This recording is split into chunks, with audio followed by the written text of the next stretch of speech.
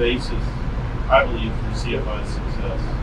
We grow the food that these fish are really needing to survive and get this one. And we recently expanded it. There's a little hallway that we kind of bypassed when we came in. We had maybe 4 racks of these tanks, and they were all these small ones, little Tupperware containers with a tap on them. We've moved to 10-gallon tanks, which is 3 times the volume. So it can raise 3 times the amount of food in this room, and we have more rack space. So we think next year we're really going to have a good spawning because we're going to feed the fish what they need. But it starts with the bottom line. And ask questions, interrupt me. If you see something you don't understand, I will tell Derek to come back and explain it. This is not my room, but it's really cool stuff that's going on in here. This room's warm. You'll notice when I get back in. We keep this room around 76 to 78 because the food grows better in here at that temperature. The main hatchery room, we try to follow what's going on in the streams. So in the winter it'll be 45, and my people hate it because it's really cold. And in the winter it'll get up to 78 or 80 because that's what the stream's temperatures are out in the wild, and my people hate it.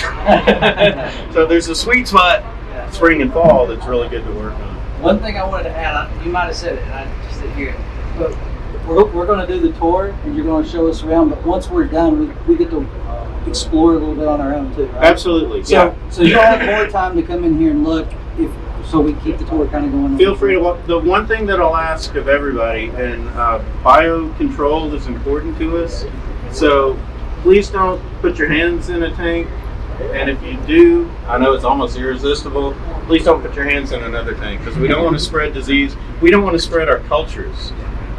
We've got Daphnia over on the other side right here. Some of them have been invaded by Daphnia, and the Daphnia are out competing the Daphnia, and our cultures are kind of crashing because of it. So just be cautious about what you touch and what you touch after you touch something. So that we don't. What you do is you tell people that in the dark tanks might be a piranha. That's a good thought, yeah. I will show you Bruce. He's pretty vicious. He's our pet green sunfish. Bruce came in when we rescued the Barron's top minnows from their type lookout. They said we went out and get them when there's a drought and it's drying up. We accidentally brought Bruce in about 6 years ago, and he became a mascot. So we got a big green sunfish.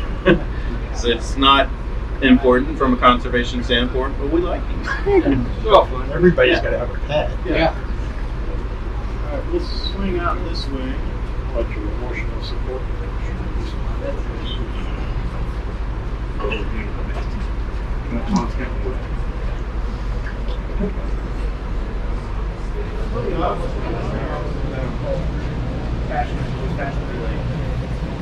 So you get to see where we normally stop first. We're going to go off there real quick as everybody makes their way out. We look for the $1 a gallon sales at PeckTec. Most of the tanks that we get are from your typical aquarium store. We do a lot of things different with them. We drill them. So a lot of our systems are multiple tanks plumbed together. So this is what I'm doing over here. I'm trying to redo all the plumbing in the building. But we plumb between 21 and 30 tanks into one centralized. Well, so each one of these racks is a separate system. Come on, walk this way a little bit. And in between the systems, we'll have barriers. So we don't want fish jumping across. We don't want water splashing across and contaminating this next system. So we'll put a barrier in between, black plastic or something like that. So each one of these systems usually has a different species or a different population in it, and we work to isolate them from each other. These are the Barron's top minnow systems, and there's a school of them right there who are behaving really uncharacteristically. They must be hungry. They usually hide up in those mops, but they want to feed right now. So the males are the ones with the really nice fin margins, red spots on a blue background. There's a female right there. But these are just gorgeous little top minnows. And they spawn in aquatic vegetation in the wild. So we provide these yarn mops as a surrogate spawning habitat for them. A Girl Scout troop from Fountain City came to us interested in working with us and said, what's a project we can do? We said, well, you can do kind of an arts and crafts thing and build us some spawning mops. We expected 20 or 30. They gave us 300 mops. They just went nuts on it. So the spawning mops that you see in our tanks right now, and a huge pile that are over in the corner, were done by a Girl Scout troop about 20 years ago. And we're still using those. It's really awesome. But these fish are really critically imperiled out in the wild. Like I said, their habitats under attack from water withdrawals from drought. The mosquito fish are competing with them or out-competing them. And we have 3 populations of fish in here, 2 of which don't occur out in the wild anymore. Where they were has been eliminated. So we hope to put them back someday. But this is the situation we don't want to find ourselves in. We want to be advancing fish populations, not preserving them like this. These guys are fun. And if folks want to come closer, you can lift up the shades here. These are pygmy sculpins. Come on, and everybody come this way. We've got a few step stools if you want to get up higher. But look right down on the bottom. There are usually a fair number of fish right up in front. Look on the second row too. If it says N equals 0 on those labels, there's nobody in there. There's a male. But these guys are really cool fish. They're only known from one spring in North Alabama, in Anniston. The only population on the entire planet outside of our hatchery is in Anniston, Alabama. And there's an Army base that's about 5 miles from that spring head. It was a chemical weapons testing facility. So there's this terrible groundwater plume headed toward the spring where these fish live. So we're raising young to be tested against the chemicals that are in the groundwater plume. So we're going to use the little young that we produce here. There's a bunch of them in trays. Go ahead and pull that back. Yeah. So all of these are fry. And I'll get the... So if you want to... Come by. So we're trying to force them to spawn. So they usually spawn based on day length. And we are artificially influencing their timing to try to force them to spawn. So they're actually behind the black plastic because we're extending, if we extend it 72 hours instead of a normal 8 to 10 hour light cycle, it triggers them to spawn. So we've learned a few tricks about getting them to spawn when they don't want to. I can mention the lights above. See all the Christmas lights? Those are dusk and dawn. We have all the lights in the building are on an astronomical timer that match the day length at this latitude. So short days in the winter, long days in the summer, these come on half an hour earlier to provide dusk and dawn, because a lot of our fish feed only at dusk and dawn. The mad tom catfishes, as soon as the main lights turn out and these come on, they're running around the tanks looking for food. So we're trying to match the conditions that they see out in the stream, from the substrate that they're on, the gravel or sand, to the day length and the temperature. We're trying to match what's going on out in the streams they live in.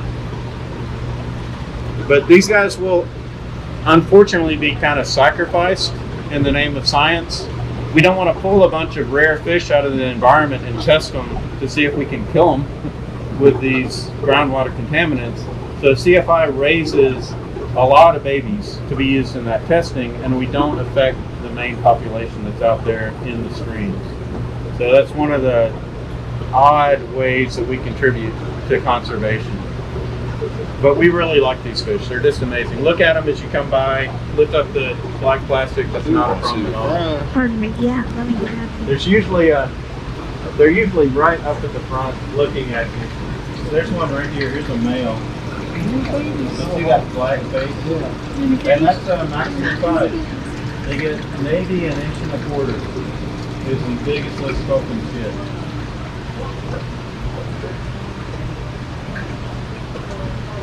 They're cute. I think they must have fed them lately. Normally they're looking for food. I haven't seen anything in those except snails. There's definitely babies in these.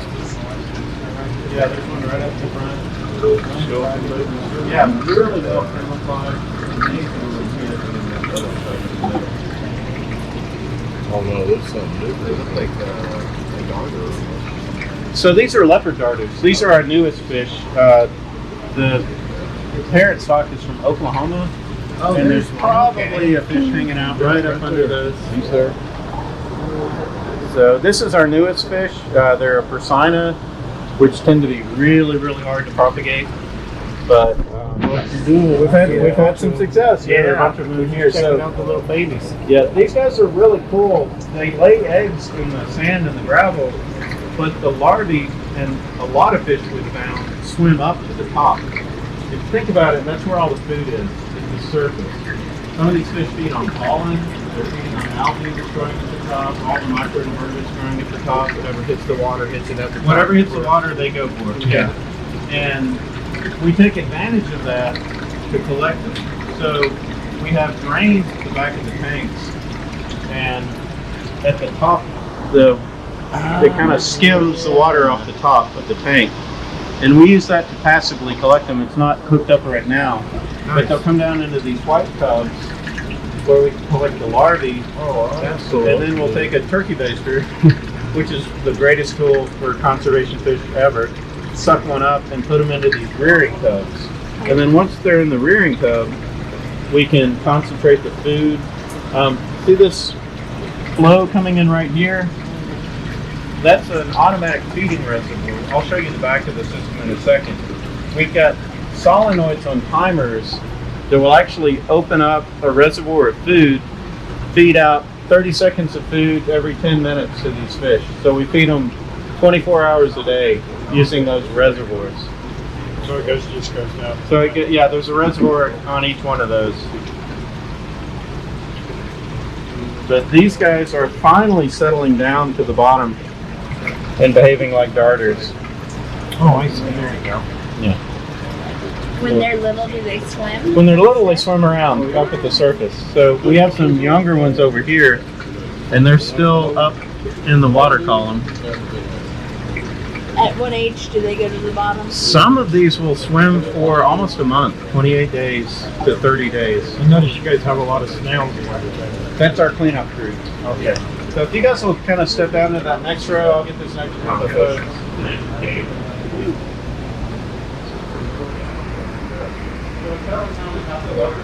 This is our newest fish.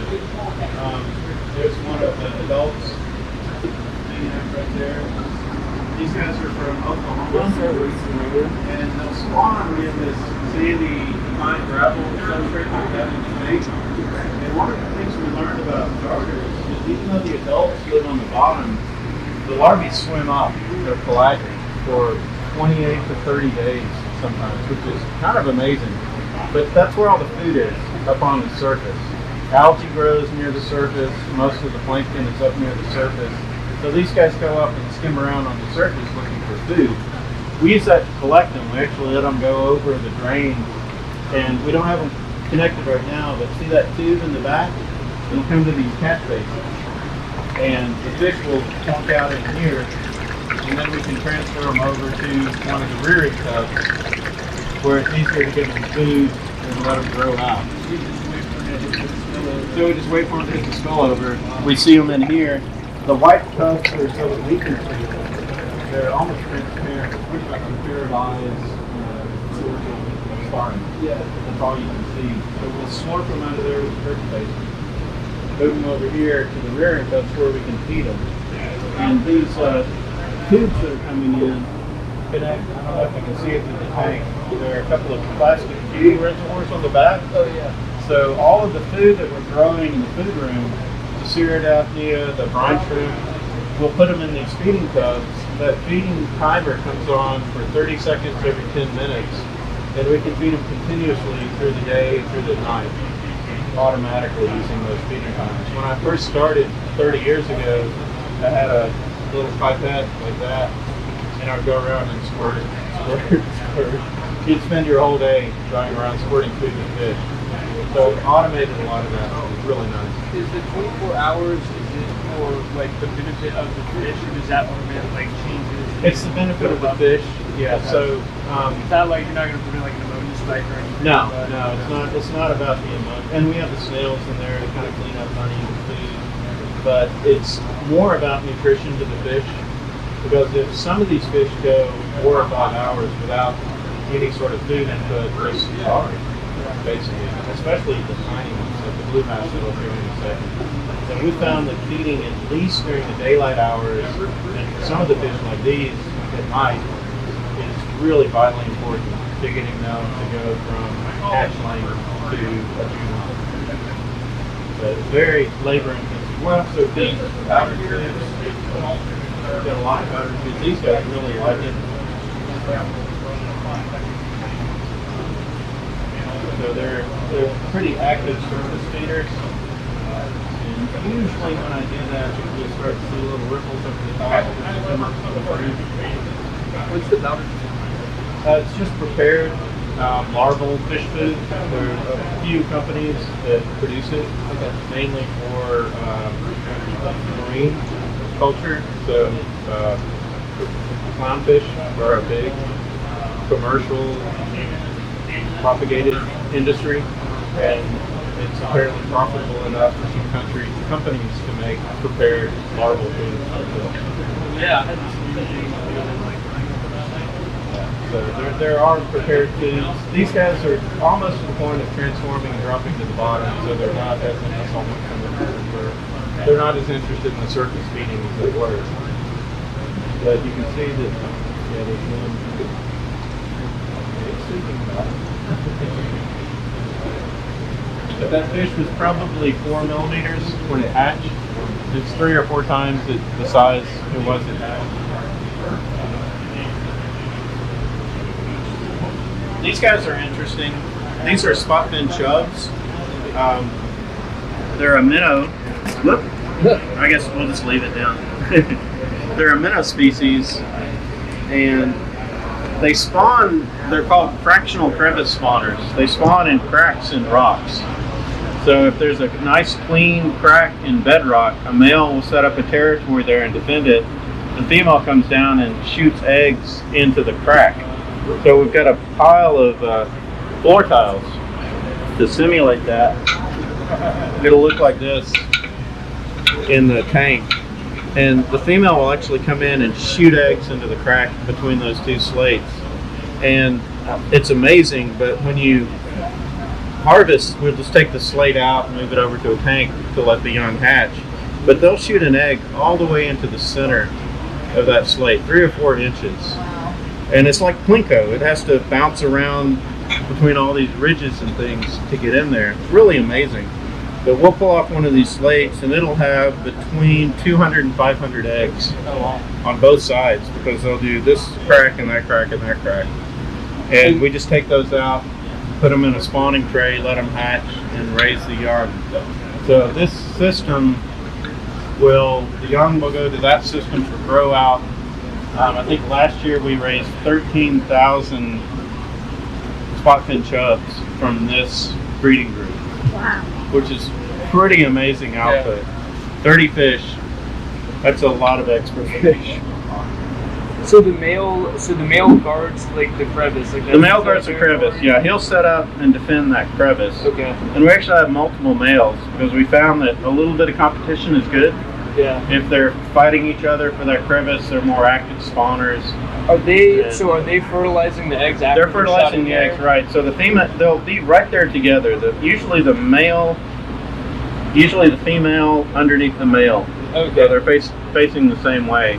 Okay. So the female will shoot the eggs in, the male will immediately fertilize. Okay. But there's probably a good chance that some of the sperm stay in that crack. So if he convinces another female to come in, nice. She's blowing eggs into an area that's already got sperm sitting there waiting to fertilize those guys. But really weird spawning mode, and it relies on clean habitat. So silt sediment is really bad for these guys because it clogs up the cracks that are necessary for them to spawn.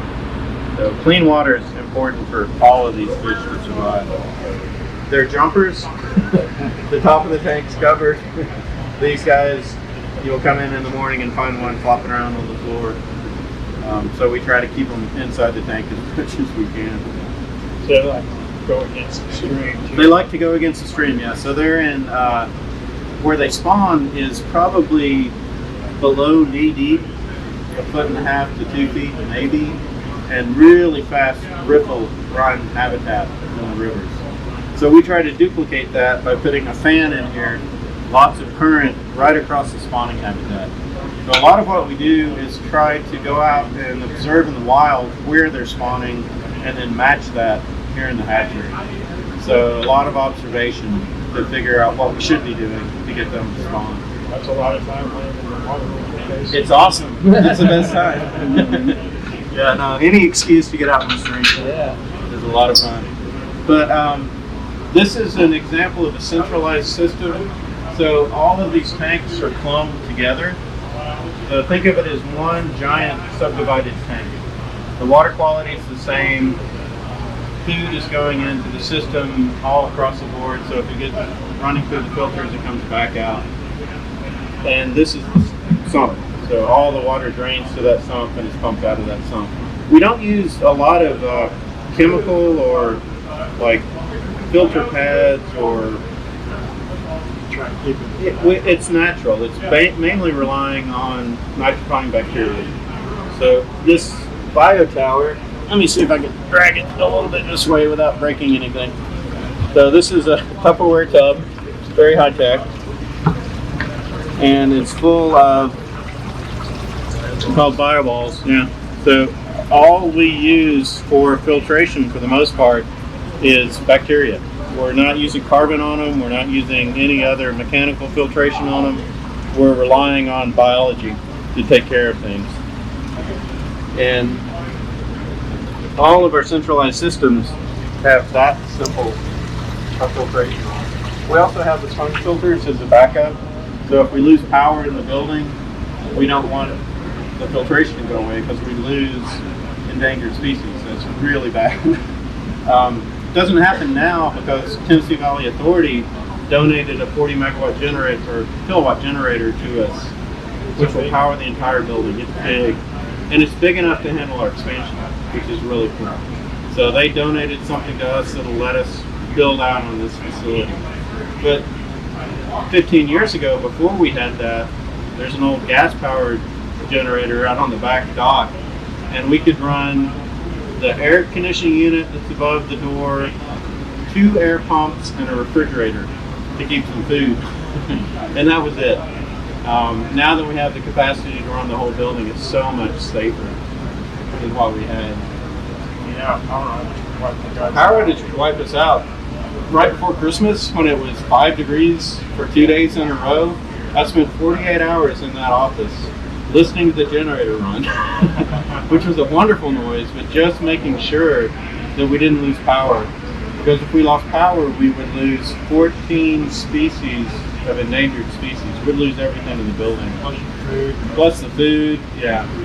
Plus my frozen meals that I'm going to eat myself. But we just can't have that happen. So we do a lot to make sure that the fish are taken care of. And I say, once you pass that white wall back there, it's all about the fish. It's not about the people. It's 45 degrees in here for 2 months. That's really terrible working conditions. But it's good for the fish, so we tolerate it. Now, I was wondering, if you have everything tied together, if you get a disease in one tank, won't that spread it out? We do have issues with that, and that's why we try to not cross from system to system. Within a system, we can turn that tank off and treat it and hopefully catch it really quickly. So we're constantly, every day, several times a day, looking at our fish because they got ick, there's something going on. If we see any indication, we'll take that tank offline, treat that one tank, and hopefully contain it there. But do you use any kind of activate or anything in the, no, you just have the, we just have we have a little bit of mechanical filtration, a filter sock to get the solids out, and then the biological. So we rely on Mother Nature to take care of our fish, and we do a lot of water changes. If you look straight back, this is our water filtration system. We're on KEB, so this is all city water. We don't have a pump or a stream that we pull from, so we have to filter everything through activated carbon and so that's where you're, mechanical filter. So we filter the water that goes to the tanks before they come so into you the tank. catch it before it comes. Yeah, we usually catch any kind of problems before it gets to our fish tanks. These are Roanoke lobsters, which are one of my favorites. These are this year's production. So if you looked into the tank with the leopard darters, these fish respond at the same time. They're at least 3 times the size of the leopard darter, maybe more. These are 1-year-olds from last year, but are they sexually mature? They will be sexually mature at 2. So the adults are over here.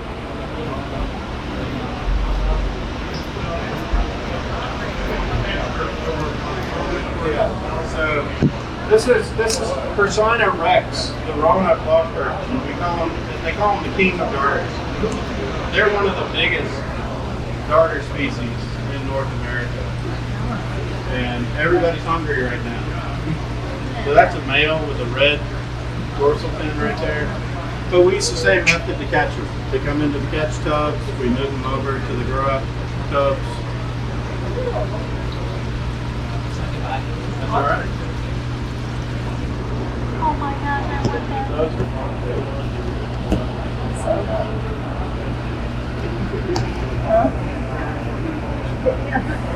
Let's see. So we've got. Keep tracking my back. Figure out what the 3 females and 2 males is what we started with. So we've lost a male, we've added a male, so we kind of mix them around right there. Right now we have 5 fish in there, and I would guess that it's 3 females and 2 males based on our standard composition. If you get too many males in the tank, they end up fighting each other all the time, and they never spawn or they kill each other. They'll kill the females if there are too many males in competition.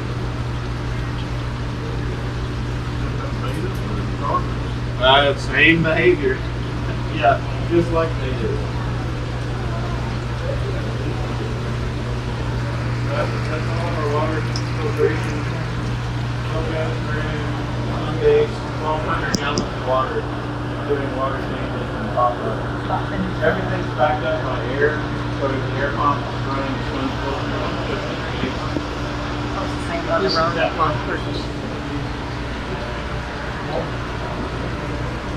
This one's actually just activated carbon and then a particle filter. So it's neat. Yeah, I've seen those with the. This is just activated carbon. This is basically a whole house water filter. Chlorine is the main thing we have a problem with. Chlorine and chloramine compounds. Most of the fish are really intolerant. But we also have a reverse osmosis unit that feeds that upper tank. A lot of our fish are from headwater streams, so the conductivity is really low. There are not a lot of minerals in the water, and we found that if we let the mineral content creep up, the hardness creep up, then they stop spawning, or the spawn's not successful. So we top off everything with the demineralized reverse osmosis water. We've got a ton of evaporation in there. Every one of these has a drop that lets us top it off pretty much every day. And if we topped it off with tap water, we're adding more calcium every day, and more calcium every day. And the conductivity and the carbonate levels just keep creeping up, and it causes problems with lots of fish. Some of them like it, some of them love it. But things like the spot-fin chub that I was talking about, if it gets above 250 microsiemens, they stop spawning. It's weird, but that's the environment they're used to, and we have to duplicate it to make sure they can spawn. Let me show you some cool fish.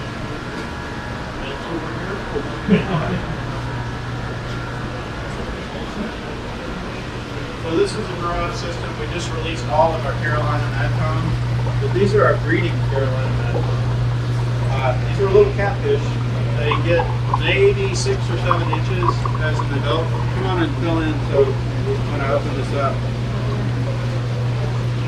And they're cavity nesters. So the male will go into and dig out a cavity under a rock out in the wild and guard it. Female comes in, lays eggs. He'll close up that cavity, kind of boot her out, and guard it until the eggs hatch, until they mature from yolk sac, all the way to the point they're ready to disperse before he comes out of that nest. So sometimes 4 to 6 weeks, he'll stay in there guarding the young before he feeds again. The problem with that is if we lift that rock, he thinks the nest is lost, he's going to get some calories back. So we have to fight the fish for the nest. But it's not. This is not sealed up yet, so they haven't spawned, but they have set up shop under there. Oh, that one's empty, but you can see how it's kind of dug out. They're probably under this one. Please don't let there be a nest under here, because I'm going to have to go into scramble mode. Well, there's one out over here. Is there one out over here? There they are. Oh, there's a nest. All right, but they're not panicking. So if you've got the video right there. There's a cluster of eggs right on the bottom that they're guarding, and then a male and a female in there. So I have the eggs almost look like gravel, but they're yellow and kind of clumped together right there. So they're both still in there together. They're both still in there guarding it. Usually the male will have kicked her out by now, but I'm gonna ease this back down, and as soon as I let you all go, I'm gonna get in there and try to transfer that nest to one of our little rearing tubs. He's being chill. We have one fish we call Hannibal the Cannibal. As soon as you let that rock, he's got the nest in his mouth trying to eat it. These two sort of relax, so I'm going to come back to it. This is Q17 and harvest that nest, and we'll put it in a little grow out tub. Yeah, here's a male. Is there a tray? They moved my tray. I had a little display. So we use a little plastic tray, Tupperware tray, kind of like those, with an overflow. And we'll actually put those eggs in a little mesh basket that we build. So when the young hatch, they can drop through the mesh into the basket. But yeah, here's one of the males out and about. I was not expecting a nest, but I'll come back and deal with that in a few minutes. But if everybody wants to get up here and get a good view of the Carolina Madcom, there's one out over here. So these only live in the Tar and the Neuse River in North Carolina. They're an endangered species. They're one of the catfish that really had a lot of success breeding in captivity. Some of them are super hard.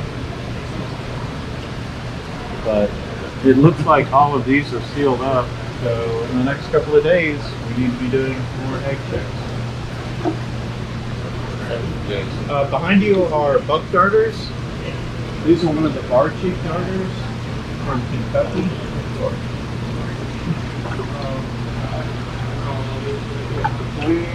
There's one. Anyway, they spawn on these piles that we have in here. And it's really cool. A lot of the darters lay their eggs on the underside of the piles. So the male and the female will actually invert.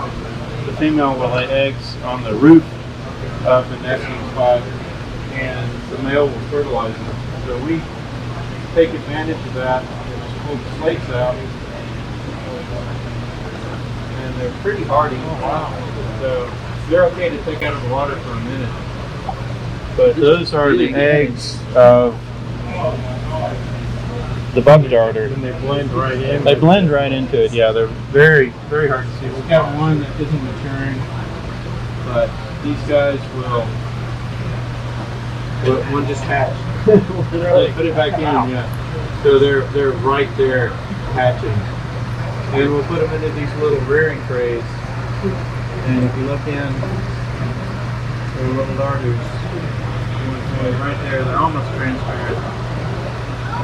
They're right in the spotlight. And that's why we have to grow such tiny foods, the rotifers and the Ceratophragma and things like that. The fish are so small. Yeah, this trade's full of them. And they're eating brine shrimp. I love when they're eating brine shrimp because you can tell they're eating their pink, good pink bellies. It makes it easy to know that things are working.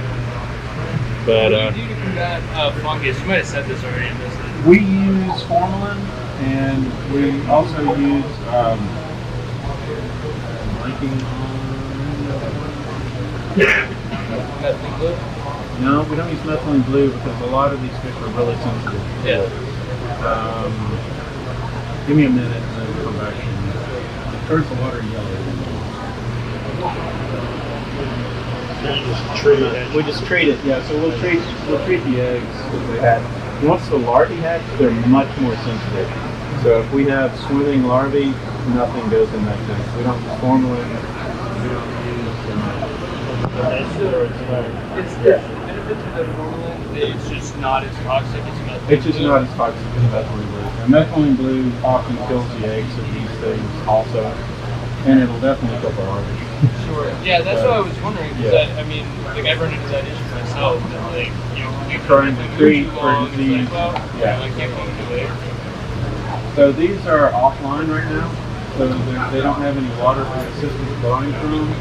As soon as they get to the point where they're eating brine shrimp, we'll usually pull some system water into it, keep it flushed out. As you can see right there, there's a big wad of uneaten food.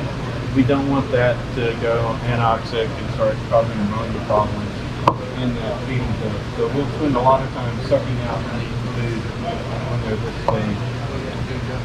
But the Ceratophragma, brindle, microworms, 6 drops of brine shrimp.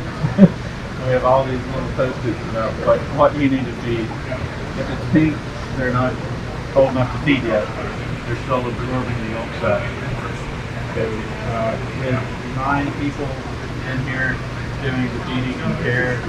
We have to communicate a lot. So we don't expect you to work 7 days a week. Sometimes you have to step in and feed somebody else's fish.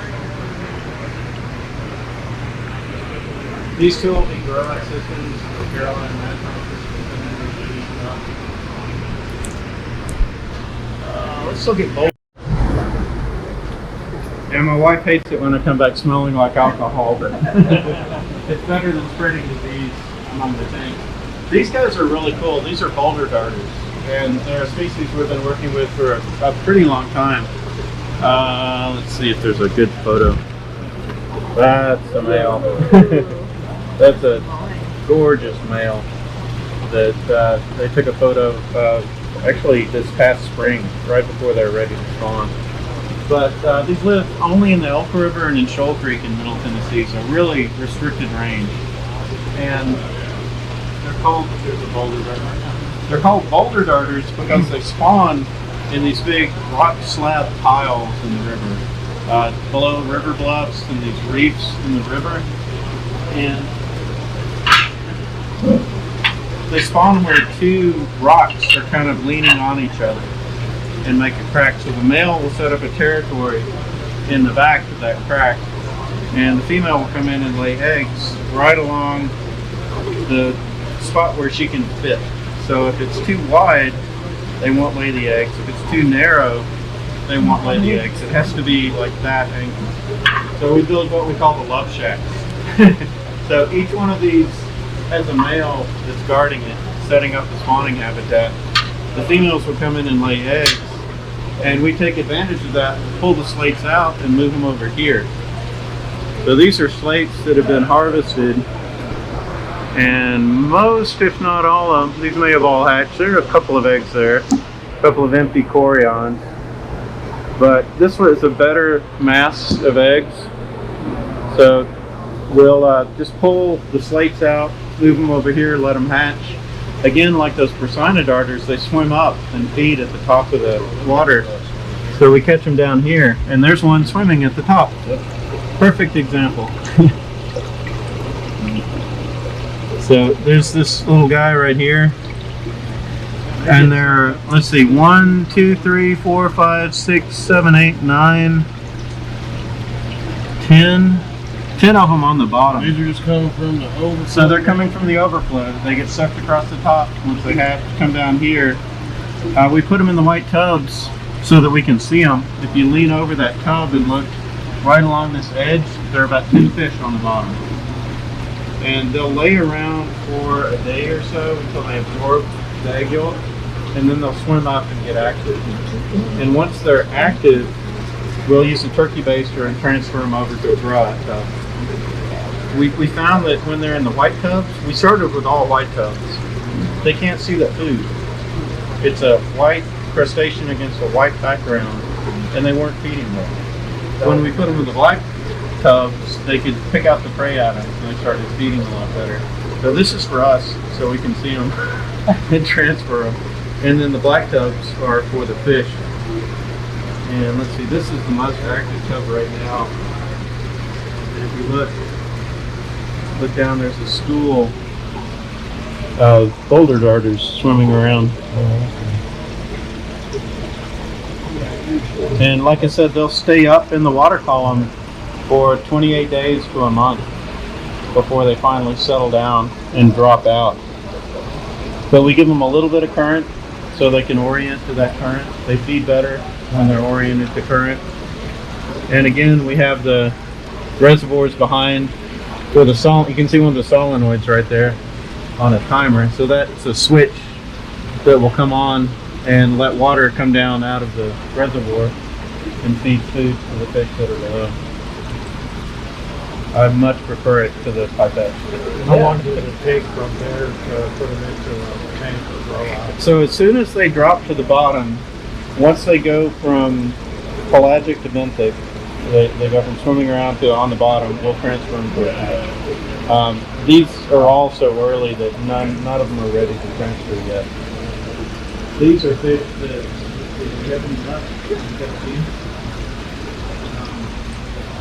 these are boulder darters that we raised last year.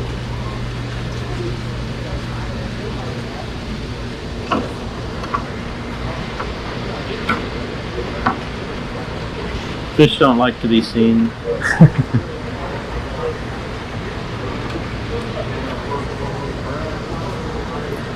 There's one. So we'll see if we can get them to scoot forward.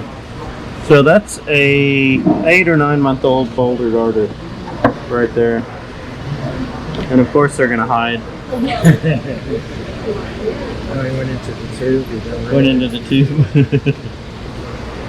Yeah, the tubes are really great when we want to catch the fish to move them. We'll take out all of the other cover and put in PVC tubes, and all the fish will go in the PVC tube. And then you just go in and you grab it and close one end and pick them up like that, and you've got all the fish in the tank in one tube. Did you find that out by accident, or? Found that out by accident. A lot of what we do kind of seems like accident. I'd like to get one of these guys closed. So see that red mark along the back? We actually tag a lot of our fish with a visible injectable elastomer tag. It's a plastic that we inject under the skin so we can tell what year class they were produced. Oh, wow. So these have a red tag to the left side of their dorsal fin. That lets us know they were spawned in 2022. And when we release them and go back and survey in the wild, if we see one with that tag combination, we know that it was this year's or last year's spawn. Do you find? We do find them, yeah. We'll find 5, 6, 7-year-old boulder darters out in the wild. So that's exactly what we want to see. Them surviving, reproducing. What's the normal lifespan in the wild? 5 to 6 years, probably. Cool. Here, 9 to 10. Like in captivity, yeah. So when you're seeing they them- live much longer. When you're seeing them in the wild at that age, like that's fantastic. That's fantastic. Yeah, if we see a 5-year-old fish in the wild, Yeah, that's we're really happy.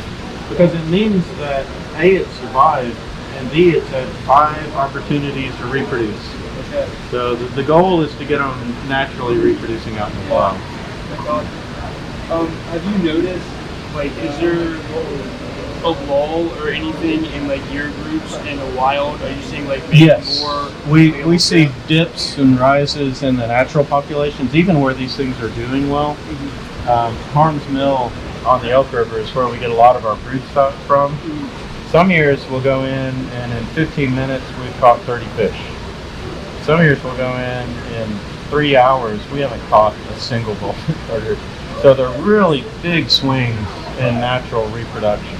Do you track that through the year groups? We do, yeah, as much as we can. Yeah, I'm sure if I degrade that for a while. Yeah, so we mainly look at the tags for survivorship.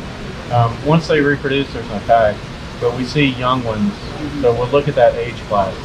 If they're fish that are all 30 millimeters, they were probably spawned this year or the year before, and we can say really successful class in 2022 in the wild.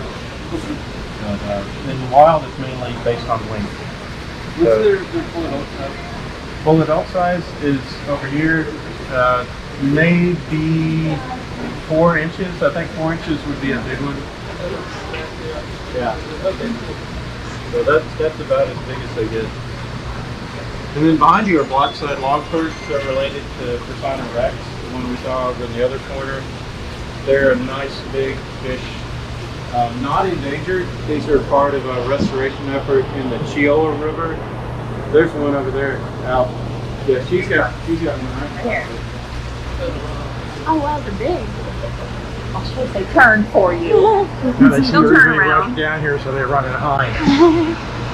Hey, they liked you. They were out for you. Maybe we should get her to stand there and bring them back.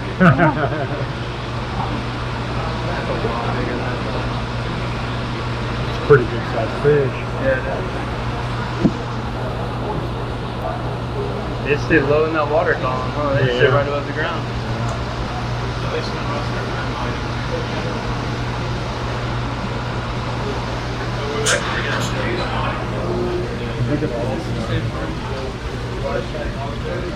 Oh. Yeah. Oh yeah, there's a nice over there. Little white thing on the bottom.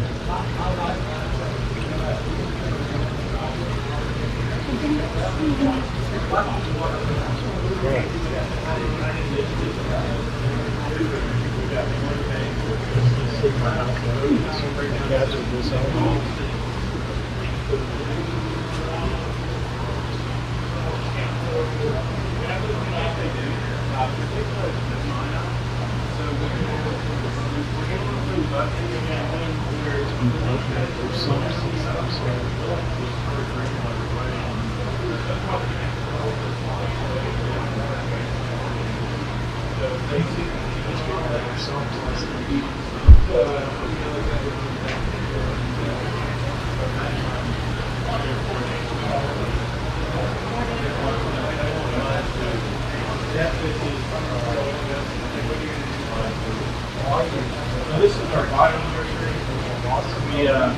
We culture all of our sponges with the nitrogen bacteria before we put them in the tank. Yeah.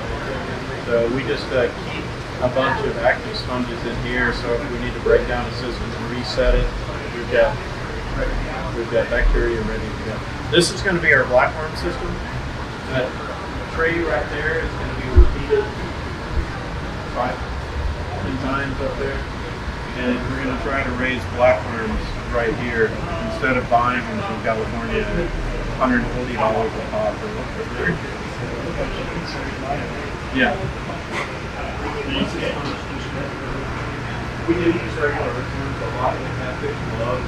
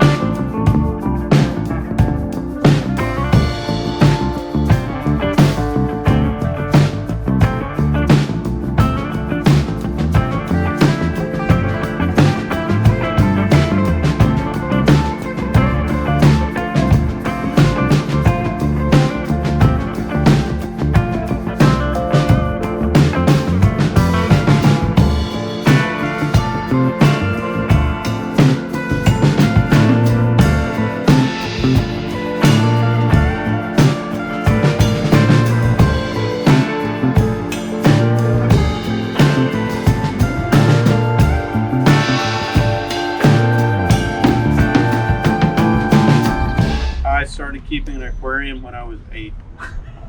And I've had aquariums ever since. And now I get 850. Yeah. So it's really cool. I actually saw your article they did on you guys in National Geographic Did you? years Yeah. ago. That was the first time I ever heard about it. Yeah, no, it's kind of interesting. Conservation Fisheries is probably more known internationally than we are in Knoxville. So we're trying to change that, and that's part of what we're doing with stuff like this.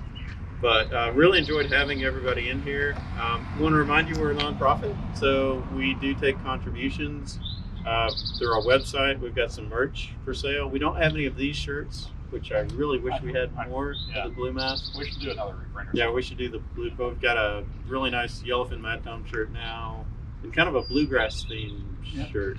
But they're on our website, also inside if you want to buy something today. But Derek has additional available aquarium equipment to talk about. Well, thanks. Thanks. Yeah. So we have a pile of tanks out back, various sizes, things that have just been around the hatchery, things that have been stuck in storage and forgotten about, and we've been kind of collecting them and stuff, and we're kind of having take a tank if you want a tank. Sweet. If anybody wants to take a tank home, we'll show you where the pile is. Yeah. We won't vouch for the leak proof. Yeah. Most of them are You will in want to great double shape. check them. You'll want to double check it before you fill it. Fill it outside. Leave it sit for a Most of couple them have been out in the weather for a little while. Yeah. But, I think the majority of them did not leak when we put them out there. Sure. So if you want to take a pet tank home. Are there any questions about CFI? Or? This way to like donate is either just through. Like, You can go to our website. Yeah, we've got donate buttons all over it. Okay, awesome. There's a Venmo tag inside if you want to Venmo and do a donation. But CFI's really relied on grants and contracts with state agencies and the Fish and Wildlife Service for years. We realize now that we need to change to survive. We've been here 37 years now, which is amazing as an organization. The next 37 years, we're going to have to act more like a nonprofit. So donations are certainly welcome. We're going to expand this building. We didn't talk about it much inside, but you're standing in what will be a new. Do you want me to grab one of the things? If you want to be Vanna for me, Sure. you can show the new channel building. may help you. What? A YouTube channel. I'm YouTube, sure there's yeah. plenty of people that would watch what you guys do. And Yeah, you so can we just build hired videos. somebody to do social media for us, Nice. TikTok and YouTube. We've already got Instagram. Oh, here comes Steve. So modeling our shirt is, this is the latest Conservation Fisheries shirt. This is the new facility. The blue on the drawing here is our existing building that you all just walked through. We want to expand to the front and back and double the hatchery size. We're not doubling the people size. We're doubling the bathrooms. We have one. We have one at least. We may go for 4 times the number of bathrooms. So we have 13 people in the building and 1 bathroom. So there's a queue. And lots of running water. And lots of water. Yeah. So this is the vision for the future of CFI. We're working with 14 species now. We want to be able to handle double that number of species because the need's out there. In North America, there are, I think last time I counted, 115 species of freshwater fish that are on the threatened and endangered species list. CFI has worked with 20 of them. That leaves a lot more that are in need of what we do, conservation and restoration. So we want to be able to expand our facility to do that ourselves, but also educate people. We've started bringing in university students. We have an intern from England this year, which is cool. CFI International. CFI International, teaching them how to do what we do, how to propagate these rarest of the rare fishes and put them back where they belong in the streams. So we're making a big shift in what CFI's mission is, from very local, few species to as big a reach as we can get. So any support we can get of that is wonderful. And just people being interested and knowing about us is a lot of support. So thank you all for being here. Thank you. Thanks for having us. Thank you guys for letting me expand CFI stuff on the Facebook group. We do have a volunteer program. That We do. Yeah, definitely share any of that information through the Facebook group anytime you have anything like that going on that our members can help with. I'm sure we have people that would. ConservationFisheries.org is our website. And, it looks great. Yeah, I love our new We website. just got it redesigned last year, and it's really a lot of fun to go. And you can learn more about the fish we're working with, the people that work here. Kurt, we don't have your bio. No. Okay. It's on it. Is it good? Good. Good. I didn't think we had it added. Yeah. Maybe it's on Well, thanks. Sweet. Yeah. Thank you. Thank you. Appreciate it. Oh, thanks. Yeah, follow the Pied Piper here. Anybody interested in looking at it? Free tank.